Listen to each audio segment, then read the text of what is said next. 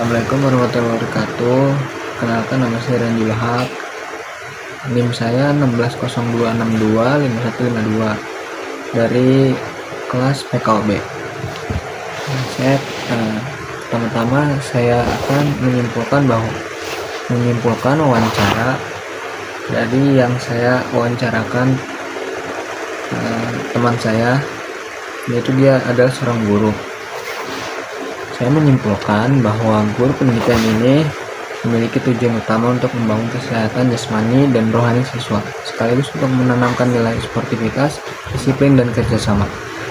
Siswa-siswa ini digambarkan antusias dalam melakukan kegiatan tersebut, namun ada kekurangan. Yang pertama itu masih perlu bimbingan dalam menjaga kedisiplinan konsisten. Tantangan terbesar yang dihadapi guru adalah menjaga motivasi belajar siswa serta menghadapi perbedaan karakter dan kemampuan individu. Metode yang dianggap paling efektif adalah pembelajaran praktik langsung, karena membuat siswa lebih aktif dan mudah memahami materi. Selain itu, guru juga menghadapi tantangan lingkungan belajar seperti keterbatasan sarana olahraga dan kondisi cuaca. Dalam menilai siswa, guru tidak hanya mengandalkan ujian tulis, tapi juga menilai praktik, sikap, dan kerjasama, sehingga penilaian menjadi lebih menyeluruh.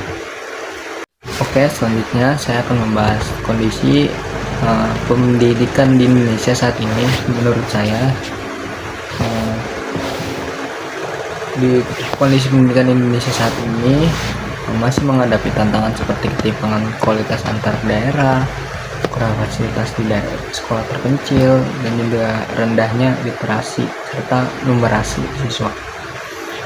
Namun pemerintah terus berupaya memperbaiki melalui program belajar Merdeka, program Merdeka Belajar, dan digitalisasi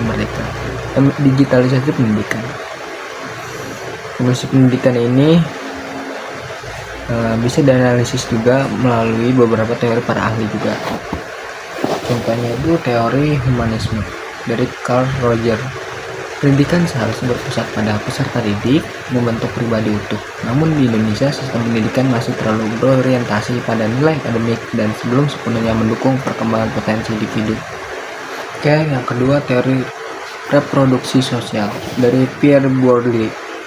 Pendidikan seringkali memreproduksi ketimpangan sosial. Di Indonesia, anak-anak dari keluarga mampu cenderung memiliki akses pendidikan yang lebih baik dibandingkan mereka yang dari keluarga kurang mampu. 3. Teori kurikulum tersembunyi dari Michel Appel. Kurikulum tidak hanya menyampaikan pengetahuan, tapi juga menanamkan nilai dan ideologi tertentu.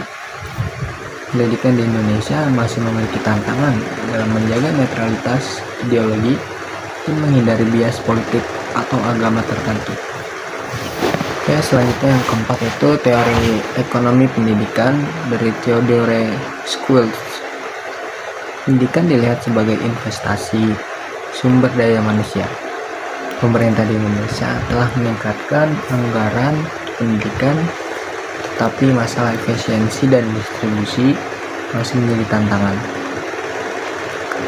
Simpulannya, dari semua teori tersebut, pendidikan di Indonesia masih menghadapi tantangan dalam hal pemerataan akses, kualitas pembelajaran, dan pengembangan karakter, dan relevansi dengan kebutuhan zaman.